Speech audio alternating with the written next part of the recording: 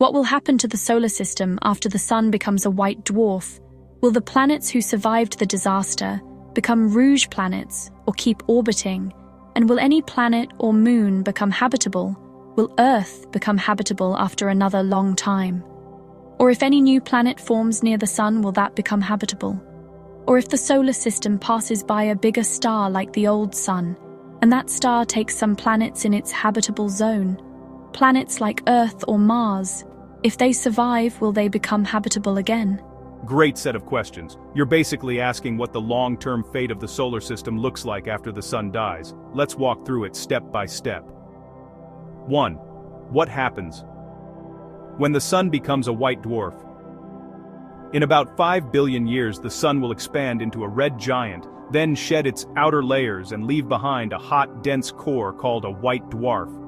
During the red giant phase, Mercury and Venus will be destroyed. Earth is very likely to be engulfed or at least completely sterilized. Oceans boil away. Surface temperature becomes thousands of degrees. After shedding its outer layers, the sun becomes a white dwarf about half its current mass. 2. Will surviving planets become rogue planets? Most surviving planets will not become rogue planets. When the sun loses mass, gravity weakens. The planet's orbits will expand, but they will still orbit the white dwarf, just farther away. For example, Jupiter, Saturn, Uranus, Neptune will likely survive. Their orbits may roughly double in size. They stay gravitationally bound. Only major outside disturbances, like a passing star, could eject them later. So no, they won't automatically become rogue planets. 3. Could any planet or moon become habitable afterward, right after white dwarf formation? No. A white dwarf is initially very hot, but tiny and faint, quickly cools over billions of years. However, so an ET4 white dwarf habitable zone. For a short time, maybe a few 100 million years, a region very close to the white dwarf could have temperatures suitable for liquid water. But it would be extremely close to the star. Tidal forces could be intense. Planets would likely become tidally locked. Radiation early on may strip atmospheres, so habitability is possible in theory, but unlikely in practice. 4. Could Earth become habitable again later? Unfortunately, almost certainly no. Even if Earth survives, atmosphere lost, oceans gone, surface heavily altered, possibly partially vaporized, and when the white dwarf cools, it gets dimmer and dimmer. So eventually it provides almost no heat. Earth would become a frozen, airless rock. 5. Could new planets form around the white dwarf? Some white dwarfs show debris disks, so yes, new small rocky bodies might form from leftover material. But they would form close in. The white dwarf cools steadily. The habitable window would be temporary, so long-term stable habitability is unlikely. 6. What if another star passes by? Now this is where things get interesting. If a larger star passes close enough, it could gravitationally disturb outer planets. It might capture some planets. It could eject others into interstellar space, making rogue planets. However,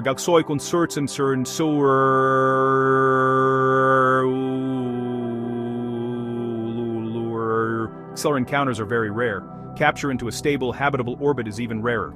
The solar system would likely be destabilized rather than neatly reorganized, so while theoretically possible, it's extremely improbable. 7. The very long-term future.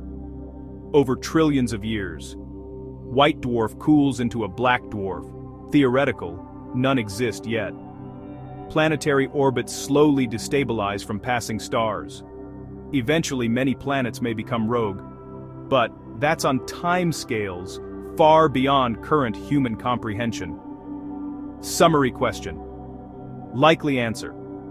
Do surviving planets become rogue? No, they stay in orbit, unless disturbed. Will any become habitable? Maybe briefly. Very unlikely long-term. Will Earth be habitable again? Almost certainly no. Could new planets form? Possibly small ones, temporary habitability. Could another star rescue Earth?